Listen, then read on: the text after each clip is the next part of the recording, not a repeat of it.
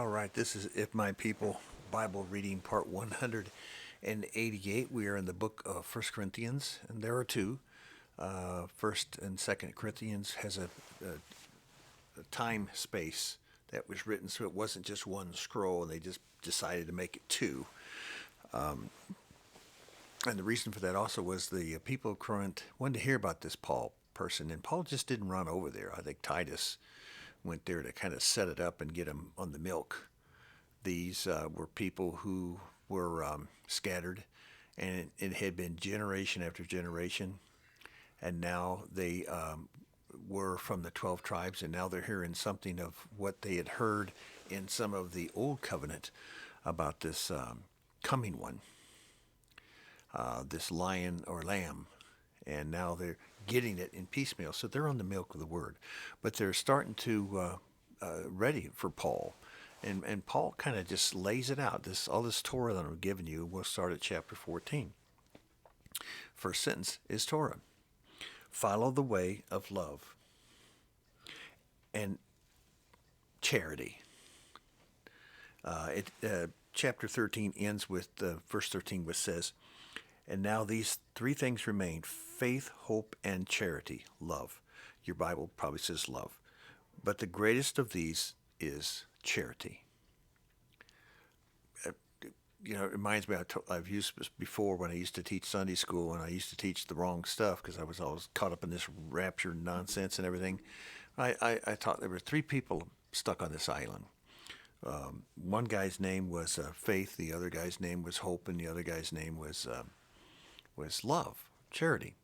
And so they were trapped on the island, and they were going to die and the whole thing. So the first guy says, well, you've got to have a lot of faith. You got to have a lot of faith. So I'm going to sit around here, and I'm going to believe that Yahweh's going to come. And so the next one says, well, I not only have faith, but I have hope. And I hope, and I'm going to have hope every day, because I know that he's not only going to come, but he's going to bring us food and water and clothes, and he's going to heal us. And I have the hope that this is going to happen, and I hope it's going to happen soon. I hope and I hope and I hope, and I'm going to just sit on this rock and hope every day, and I'm just hoping that someone does that. Well, Charity's sitting there, and he's listening to both of them, and he starts a fire, and he lights a big fire, and he burns down half the little island they live in. He just lights it on fire. And Faith or Hope are looking at him and says, we're starving to death, we're thirsty, we're sick, we're stuck on this island, and you're burning half the island down. Well, that big fire started a bunch of smoke during the day, and it was seen a long ways away. And at night, it was a hot fire, so the fire was seen as a light from a long ways away. And along comes the rescuers, because they saw the smoke and they saw the fire. And the moral of the story is, you can have all the faith you want, and you can hope for the blessed coming of Yeshua, but you got to get off your duff, and you have to do something. With faith comes works. With faith comes works. So, can you be saved through your faith? Yes. And so, does works save you? Does Torah reading Torah reading every day, does that do anything for your salvation? No. It's what you are commanded to do, and it's a Torah command. But it's the action that you do for yourself and for others that saves you. Because if you hadn't lit the fire and burned down half the island, you wouldn't have got saved.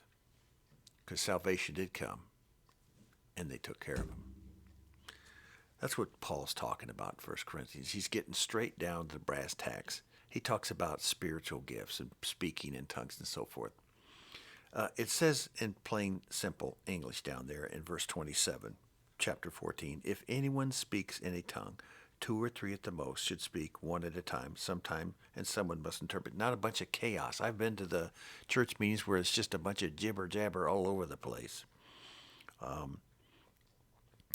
Verse 20, go backwards a little bit. Brothers, stop thinking that like children in regard to evil, be an infant. But in your thinking, be an adult. Most people in the Sunday schools today have been going, they could be 12 years old, 2 years old, 89 years old, and they're still listening to the same Sunday school lessons. Verse 21, in the law it is written, through men of strange tongues and through lips of foreigners, I will speak to this people, but even though they will not listen to me, says Yahweh. Tongues, verse 22, tongues then are a sign, not for believers, but for unbelievers. If you're a believer and you have been most of your life and you hear tongues, it really doesn't set you up like it's somebody that's never seen that for the first time. It gets them like, what's this all about? Prophecy, however, is for believers, not for unbelievers. You can't give someone who just hears about Yeshua for the first time a ton of prophecy. You've got to get them on the milk and then get them off of the milk and put them on the meat. Prophecy is meat. This Torah that we're going through this entire new covenant, that's all meat. And it's all doable. Now we're jumping to 29:30. 2 or 3 prophets should speak, and the others should weigh carefully what is said. And if a revelation comes to someone who is sitting down, the first speaker should stop. Every single bit of Torah I'm reading you is prophecy, because it's going to happen. And you could say and read. So when you hear this, if a prophet says something like, here's what they're famous for. A good friend of mine, 1986 and then 1996 was the coming of Jesus. And he just told everybody. Oops. So what is his value worth? Less. So if you're going to be a prophet, be an absolute prophet. Well, how do you do that? Prophecy. Brothers, stop thinking like children in regard to evil. Be infants. So be prophetic. But in your thinking, be adults. Speaking in tongues and how to interpret it. Be prophetic and tell people what will be and what should be and what is written in the Word. You're reading it word for word. You can't go wrong. All this other stuff you see on television and all this craziness out there. No. There's some tough stuff in here. Let's continue on. Verse 34 of chapter 14. As in all the congregations of the saints, churches, women should remain silent in the assemblies. They are not allowed to speak, but must be in submission as the law says. This is Torah. If they want to inquire about something, they should ask their own husbands at home, for it is disgraceful for a woman to speak in the assembly.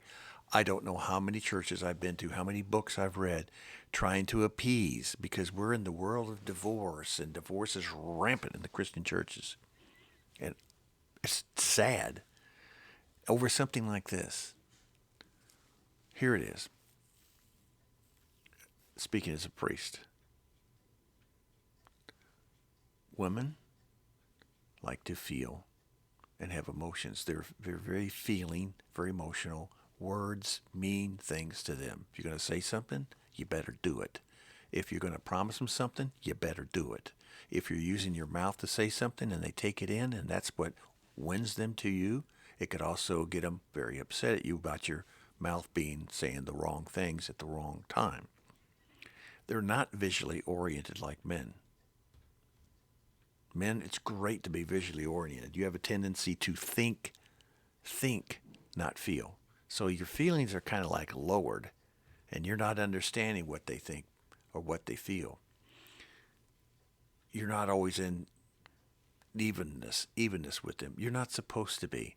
They have things and gifts to them that you'll never have, and that's a blessing. And you need to keep things from there that they don't need to hear about everything that goes on what you're thinking, because they're in the feeling and emotional stage.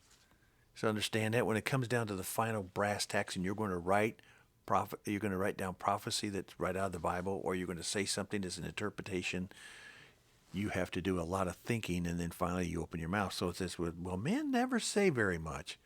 Well, they're not supposed to be saying very much. They're supposed to be doing more. They're supposed to have the charity in the family so that they can get it back in charity through love. Charity is doing something for someone, being something for someone. It's an action, it's a verb, it's not a noun. It's not just something to say as a word. It's an action. Action speaks louder than words. Chapter 15, verse 33. Don't be misled. Bad company corrupts good character. Don't hang around with the same people you did when you were before you became and walked into salvation.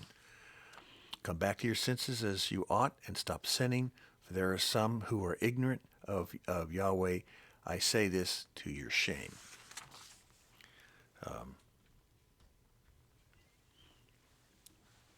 Chapter 16, verse 13 through 16. All Torah, every bit of it. Be on your guard. Stand firm in the faith. Be men of courage. Be strong. Do everything in charity, love. You know that the household of Stephanas were the first converts in Achaia, and they have devoted themselves to the service of the saint. I urge you, brothers, to submit to such of these and to everyone who joins in the work and labors at it. Now, comment. Paul finished his letter to the church at Corinth and sent it. He did not go right away as the church wanted. They were still in the milk and had no intentions of moving to the meat of the word. Paul waited 3 years before he sent Titus to Corinth. Sometimes that is just what you have to do for these who are crybabies, whiners, complainers, and make the most noise. You will enable them if you always respond to their what they need and jump every time they say something. In fact, you will have to ignore those who truly need the word at times. Don't throw your pearls among swine. Well, good news came to Paul and Timothy from Titus that the church of Corinth were obeying the instructions given in 1 Corinthians letter. And now that they were on the meat of the word, Paul's second letter, 2 Corinthians, is more loving, more charity than the first. He speaks of Yahweh's comfort in the life's plans, restoring a sinning saint, the ministry of Yeshua, the suffering and the martyrdom of Yeshua, and the heart of Paul. Paul writes about the need of Christian giving, proper giving, and Paul also details the importance of guarding your heart when the Ruach is in communion there. That's the book of Corinthians, full of Torah. And as you notice, when we start the new covenant, every time I've said Torah, do you see how much easier it is to understand? The old Torah, the old covenant, mostly in the first books, Genesis, all the way after the book of Job starts, then you're getting a bunch of Torah, especially when Exodus. Okay. It is hard to understand that and apply it because, like I used over and over and again, a man was picking up sticks on a Saturday or Shabbat, and he, go stone him. They told everybody. There were hundreds of thousands of people that were all together. And it doesn't take much to get them revel-rousing, getting into sin one way or another. If that is what Yahweh wants it to be, then that's the way he wanted it to be. But now Yeshua has come, and his heart is for his sheep. And you can see this because Paul's given you instructions that can easily be followed without messing up your lifestyle too much. With that, we go into 2 Corinthians next time. I'll see you there. Shalom.